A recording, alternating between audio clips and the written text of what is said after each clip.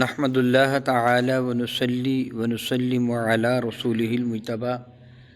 وعلی آلہ وصحبہ وبارک وسلم دائما ابدا اما بعد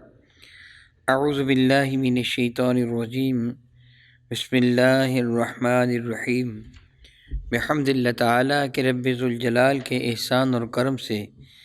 آج آپ کا سبق شروع ہوگا سورۃ البقرہ شیفہ کی 193 نمبر آیت شیفہ سے آگے۔ ملاحظہ کیجیے، اعوذ باللہ من الشیطان الرجیم بسم اللہ الرحمن الرحیم الشہر الحرام بالشہر الحرام والحرمات قصاص فمن اعتدى علیکم فاعتدوا علیہ بمثل ما اعتدى علیکم واتقوا اللہ واعلموا ان اللہ مع المتقین۔ الشہر الحرام حرمت والا مہینہ ہے، بالشہر الحرام حرمت والے مہینے کے مقابلہ میں، گویا احترام والے مہینے کا مقابلہ میں احترام والا مہینہ ہے۔ والحرمات قصاص، اور حرمات ہیں بدلہ ہے قصاص، یعنی ادب کے بدلہ میں ادب ہے، حرمت کے بدلہ میں حرمت ہے۔ فمن اعتدى علیکم، پس جو کوئی تم پر حد سے تجاوز کرے، فاعتدوا علیہ، تو تم بھی اس کو اتنی ہی سزا دو، بمثل ما اعتدى علیکم، جتنی اس نے تمہارے ساتھ زیادتی کی ہے۔ واتقوا اللہ، لیکن اس معاملہ میں اپنے رب سے ڈرتے رہو۔ واعلموا، اور جان لو کہ ان اللہ مع المتقین، اللہ تعالیٰ جل وعلا ہے ہی متقی لوگوں کے ساتھ۔ میرے اور آپ کے کریمہ کا تاجدار بجم شفیع معظم رحمت عالم صلی اللہ علیہ وسلم ذیقعد المعظم کے مہینہ میں عازم حرم مکہ ہوئے تو پتہ چلا کہ کفار مکہ نے ذیقعد کے مہینہ میں لڑائی کرنے کے لیے ہتھیار سنبھال لیے ہیں۔ حالانکہ زمانہ جاہلیت میں بھی 4 مہینوں کو حرمت والے مہینے ہی سمجھا جاتا تھا، جانا جاتا تھا، اور یہ حرمت والے مہینے اس وقت سے ہے جب سے اللہ تعالیٰ نے زمین و آسمان کو تخلیق فرمایا۔ ان عدت الشہور عند اللہ 12 شہرا فی کتاب اللہ، اللہ کے حضور ان مہینوں کی گنتی 12 ہی ہے، اور ارشاد گرامی قدر اللہ تعالیٰ نے فرمایا منہا اربعۃ حرم، ان 12 میں 4 مہینے حرمت والے ہیں۔ سب کے دل اللہ تعالیٰ کے دست قدرت میں ہے۔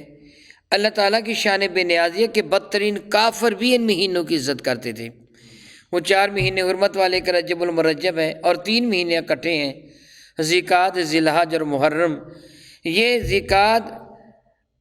اور محرم یہ 2 مہینے حج کی وجہ سے ہیں،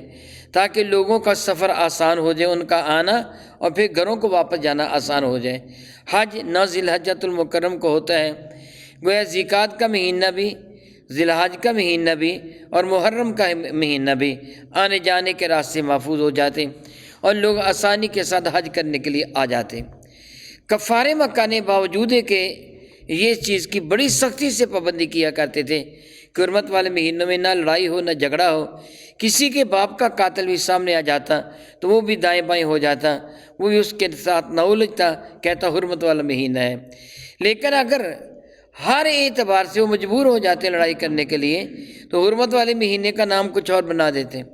مثلا محرم کو سفر بنا دیتے کہ جی محرم کی بجائے سفر ہم اس کو گنتے ہیں، یعنی حرمت والے مہینے میں لڑائی نہیں کرتے، لڑائی کرنا ہوتے تو مہینے کا نام ہی بدل دیتے۔ اللہ تعالیٰ نے اس بات سے بھی منع فرمایا۔ بہرحال جب مسلمانوں کو پتہ چلا کہ کفار مکہ ہتھیار بند ہو گئے ہیں تو انہیں بارگاہ بے کس پناہ میں عرض کیا، یا رسول اللہ علیہ وسلم اب کیا ہوگا، ہم ہتھیار اٹھائیں گے ہی نہیں اور وہ ہم پر حملہ کر دیں گے، نتیجہ کیا نکلے گا؟ تو رب ذوالجلال نے ان کو اجازت مرحمت فرما دی، اگر وہ حرمت والے مہینے کا پاس و لحاظ نہیں رکھتے تو میں اللہ تم کو بھی اجازت دیتا ہوں تم ان سے مقابلہ کرنا۔ اب حرمت والا مہینہ ان کے لیے تو حرمت والا ہے، لیکن ایمان والوں کے لیے اس کو اللہ نے حلال کرا دے دیا۔ وہ تو گناہ گار ہوں گے کیونکہ ان کے لیے تو حلال نہیں ہے، ایمان والوں کے لیے حلال کرا دے دیا کہ شہر الحرام و بالشہر الحرام، حرمت والے مہینہ کے مقابلے میں حرمت والا مہینہ، یعنی اگر وہ احترام نہیں کریں گے تم بھی احترام نہ کرو۔ والحرمات، یہ جو احترام ہے، قصاص، یہ برابری کی سطح پر ہے۔ قصاص کا معنی برابر ہونا ہوتا ہے، جس طرح انصاف کا معنی نصف نصف ہوتا ہے، عدل کا معنی اعتدال میاں نروی ہوا کرتا ہے۔ رب ذوالجلال فرماتا ہے فمن اعتدی علیکم فاعتدوا علیہ، فمن اعتدی علیکم، پس اگر وہ تمہارے ساتھ زیادتی کریں تو فاعتدوا علیہ، تم ان کو اتنی سزا دو، لفظی معنی تو ان پر اتنی زیادتی کرو، یہ زیادتی نہیں ہے بلکہ مراد ہوگا ان کو اتنی سزا دو، بمثل ما اعتدی علیکم، جتنی انہوں نے تمہارے ساتھ زیادتی کی ہے صرف اسی قدر، اس سے بڑھ کر نہیں۔ میں مطالعہ کرتا ہوں حیران ہو رہا تھا، حضرت مقداد بن اسود نے بارگاہ رسالت مآب کو سوال عرض کیا یا رسول اللہ علیہ وسلم زیادتی کے بارے میں، یا رسول اللہ علیہ وسلم اگر میں کسی کافر کے ساتھ لڑائی کر رہا ہوں، وہ کافر تلوار مار کر میرا ہاتھ کاٹ دے، میں اس کے پیچھے دوڑوں اس کو قتل کرنے کے لیے، وہ ایک درخت کی اوٹ میں چھپ جائے، میں اس کو پالوں تو وہ کلمہ طیبہ پڑھے لا الہ الا اللہ محمد رسول اللہ، وہاں صرف کلمہ طیبہ ہی لکھا ہے، صحیح بخاری مسلم کے حدیث مبارکہ ہے صرف لا الہ الا اللہ ہے، لیکن مراد پورا کلمہ ہی ہوتا ہے، جس طرح کہو سورۃ الحمد، وہ کلمہ طیبہ پڑھ لیں تو یا رسول اللہ میں اس کو قتل کروں کہ نہ کروں؟ اس نے میرا ہاتھ کاٹ دیا ہے، میں اس کو قتل کرنے کے لیے اس کے تعاقب میں تھا، وہ ایک درخت کی اوٹ میں کھڑا ہو گیا، مجھ سے قتل کرنے لگا، اس نے کہا لا الہ الا اللہ، میں اللہ تعالیٰ کو مانتا ہوں، حضور کی رسالت کی گواہی بھی دے دی، میں اس کو قتل کروں کہ نہ کروں؟ حضور نے فرمایا نہیں تو اس کو قتل نہیں کرے گا۔ انہوں نے کہا یا رسول اللہ وہ تو جان بچانے کے لیے کلمہ پڑھ رہا ہے، اس نے میرا ہاتھ کاٹ دیا، میرے قیم فرمانے کے تو اس کو قتل نہیں کر سکتا، یاد رکھ اگر تو اس کو قتل کرے گا تو تو اس کی جگہ ہوگا جس جگہ وہ کلمہ طیبہ پڑھنے سے پہلے تھا، اور وہ تیری جگہ ہوگا جس جگہ تو اس کو قتل کرنے سے پہلے، یعنی وہ تیری جگہ جنت میں چلے جائے گا تو اس کی جگہ جہنم میں چلے جائے گا،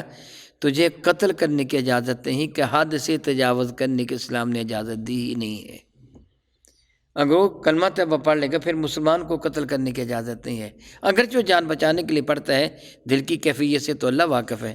سبحان اللہ و بحمدہ، کتنا اعلیٰ دین ہے، کتنا اعلیٰ دین ہے۔ تو فرمایا کہ اسی قدر سزا دو بمثل ما اعتدی علیکم، جتنی انہوں نے تمہارے ساتھ زیادتی کی ہے، واتقوا اللہ، لیکن اس معاملے میں اللہ سے ڈرتے رہو، تم سے زیادتی نہ ہونے پائے۔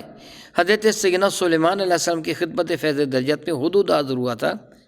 اور آپ نے اس کو طلب فرمایا تھا، اس سے قصور ہو گیا تھا کہ پوچھے بغیر چلا گیا تھا،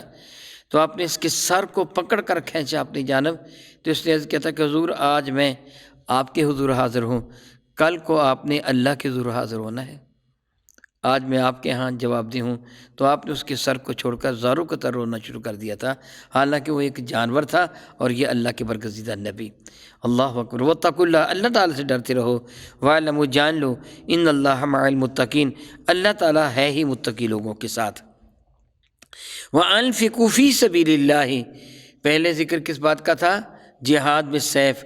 جان کے اعتبار سے کافر سے لڑائی کرنا، اب ہے مال کے اعتبار سے۔ وانفقوا فی سبیل اللہ، اور اللہ تعالیٰ جل وعلا کی راہ میں خرچ بھی کرو، یہ بھی جہاد ہے، جہاد بالمال ہے، یہ بھی خرچ کرو، مجاہدین کو بھی دینا اور اللہ تعالیٰ کی رضا کی خاطر غرباء کو، مساکین کو، طلباء کو دینا، یہ بھی اللہ تعالیٰ جل وعلا کی راہ میں ہے۔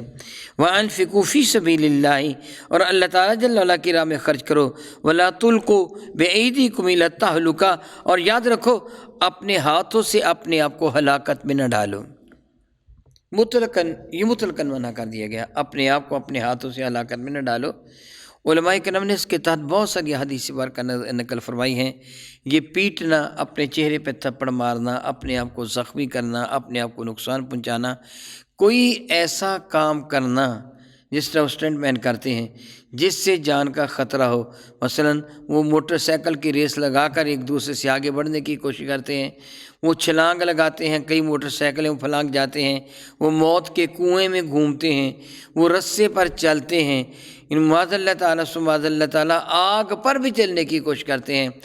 اور پھر یہ ہے آتش بازی، آگ کے ساتھ کھیلنا، تو کھیلنے والا کبھی کوئی کامیاب ہوتا ہے، کبھی کوئی کامیاب ہو جاتا ہے، ایک ہی تو ہمیشہ کامیاب نہیں ہوتا۔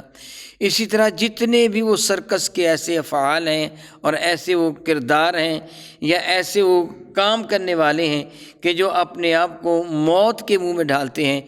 حرام ہے، حرام ہے، حرام ہے، اللہ نے اس کو منع کر دیا۔ وَلَا تُلْقُوا بِأَيْدِيكُمْ إِلَى التَّهْلُكَةِ، کوئی ایسا کام نہ کرو کہ جس سے تمہاری ہلاکت کا اندیشہ ہو، خودکشی بھی حرام ہے۔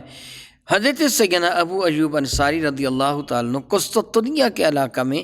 آپ جنگ کے لیے تشریف لے گئے تھے، تو ایک مجاہد وہ اپنے مجاہدین کی صفوں سے نکل کر وہ کافروں کے اندر گھس گیا اور لڑائی کرنے لگا۔ کسی شخص نے کہا اللہ اکبر اللہ اکبر، یہ تنہا چلا گیا، اس نے اپنے آپ کو ہلاکت میں ڈال دیا۔ اللہ تعالیٰ فرماتا وَلَا تُلْقُوا بِأَيْدِيكُمْ إِلَى التَّهْلُكَةِ، اپنے ہاتھوں سے اپنے آپ کو ہلاکت میں نہ ڈالو۔ حضرت سیدنا ابو ایوب انصاری رضی اللہ تعالیٰ عنہ فرمانے لگے اے خبردار، یہ جملہ نہ کہے، تجھے نہیں پتہ یہ آیت برکہ کن کے لیے نازل ہوئی اور کب نازل ہوئی تھی، اس کا اصل مقصد کیا ہے؟ وہ شخص کہنے لگا حضور ارشاد فرمائیے کہ کب نازل ہوئی تھی، اصل مقصد کیا ہے؟ تو آپ فرمانے لگے کہ یہ آیت برکہ ہمارے لیے نازل ہوئی تھی۔ آپ انصار قبیلہ سے، انصار وہ لوگ جو مدینہ طیبہ کے پرانے باشندے جن کا کاروبار زندگی باغات تھے، وہ کھیتیاں باڑیاں تھیں، وہ کھیتی باڑی کرتے تھے، باغات کی رکھوالی کرتے تھے۔ مہاجرین جب گئے تھے انہوں نے ان کی مدد کی تھی دل کھول کر، اس لیے ان کو انصار کہا جانے لگا، یعنی مددگار۔ سیدنا ابو ایوب انصاری رضی اللہ عنہ فرمانے لگے مجھے پتہ ہے یہ آیت برکہ ہمارے حق میں نازل ہوئی۔ پھر فرمانے لگے کہ جب بحمدللہ الحمدللہ الحمدللہ ثم الحمدللہ مسلمانوں کی تعداد میں اضافہ ہو گیا، بہت سارے لوگ ایمان لے آئے، تو ہم انصار نے باہم میٹنگ کی کہ اب تو ضرورت نہیں ہے کہ ہم لڑائی کرنے کے لیے جایا کریں، دوسرے مسلمان کافی ہے لڑائی کرنے کے لیے، کیوں نہ ہو ہم اپنے باغات کی جانب متوجہ ہو جائیں۔ باغات برباد ہو رہے ہیں، کھیت اجڑ رہے ہیں، ہم اپنے کھیتوں کی جانب متوجہ ہو جائیں، باغات کی جانب متوجہ ہو جائیں۔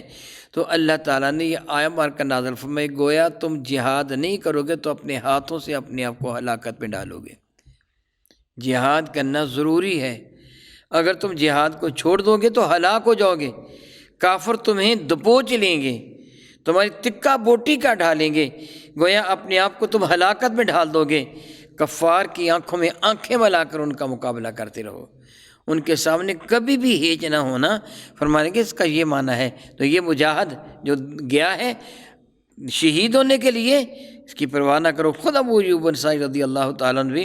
قسطنطنیہ کی جنگ میں مرتبہ شہادت پا گئے، اور آپ کا مزار مقدس قلعہ کی دیوار کے قریب ہے۔ میں نے پڑھا کہ لوگ آپ کی قبر انور کے وسیلہ سے دعا مانگتے ہیں اور رب کائنات قبول فرماتا ہے۔ صاحب تفسیر مظہری نے تحریر فرمائی ہے کہ آپ کی قبر کے وسیلہ سے وہاں زائرین دعائیں مانگتے ہیں جو شفع قبول سے نوازی جاتی ہیں۔ تو رب کائنات ارشاد فرماتے ہیں وَلَا تُلْقُوا بِأَيْدِيكُمْ إِلَى التَّهْلُكَةِ، اپنے ہاتھوں سے اپنے آپ کو ہلاکت میں نہ ڈالو، معاذ اللہ۔ وَأَحْسِنُوا، اور نیکی کرو، کہ ان اللہ يُحِبُّ الْمُحْسِنِينَ، کہ نیکی کرنے والوں کو اللہ تعالیٰ پسند فرماتا ہے۔ صحیح مسلم شریف میں احسان کا ذکر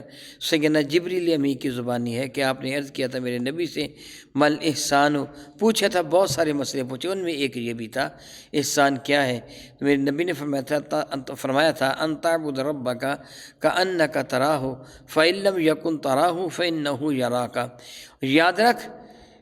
اس طرح اپنے رب کی بات کر گویا کہ تو اپنے رب کو دیکھ رہا ہے۔ اگر تیری یہ ہمت نہیں تو کم از کم یہ یقین کر لے کہ عبادت جب تو کرتا ہے، نماز پڑھتا ہے، تو تیرا رب تجھ کو دیکھ رہا ہوتا ہے۔ اس لیے خشوع و خضوع کے ساتھ، محبت کے ساتھ نماز ادا کی جائے۔ میرے کریم آقا حضور رحمت عالم صلی اللہ تعالیٰ علیہ وآلہ وسلم جب نماز ادا فرماتے تھے تو خشوع و خضوع کا یہ عالم تھا کہ قریب صحابہ جو کھڑے ہوتے تھے ان کو محسوس ہوتا تھا کہ اس طرح سینہ انور سے آواز آ رہی ہے جس طرح دیگ میں پانی ڈال کر اس کو چولہے پر رکھا جائے، وہ ابلتی ہے، ایک مخصوص آواز سی پیدا ہوتی، گونج سی، اس طرح میرے نبی کے سینہ انور میں پیدا ہوا کرتی تھی، اور یہ خشوع و خضوع کی وجہ سے تھی۔ تو اللہ تعالیٰ فرماتے ہیں وَأَحْسِنُوا، اور بھلائی کرو، ان اللہ يُحِبُّ الْمُحْسِنِينَ، اللہ تعالیٰ بھلائی کرنے والوں کے ساتھ ہیں۔ او کما قال اللہ تبارک و تعالی واللہ تعالی اعلم باسرار کتابہ۔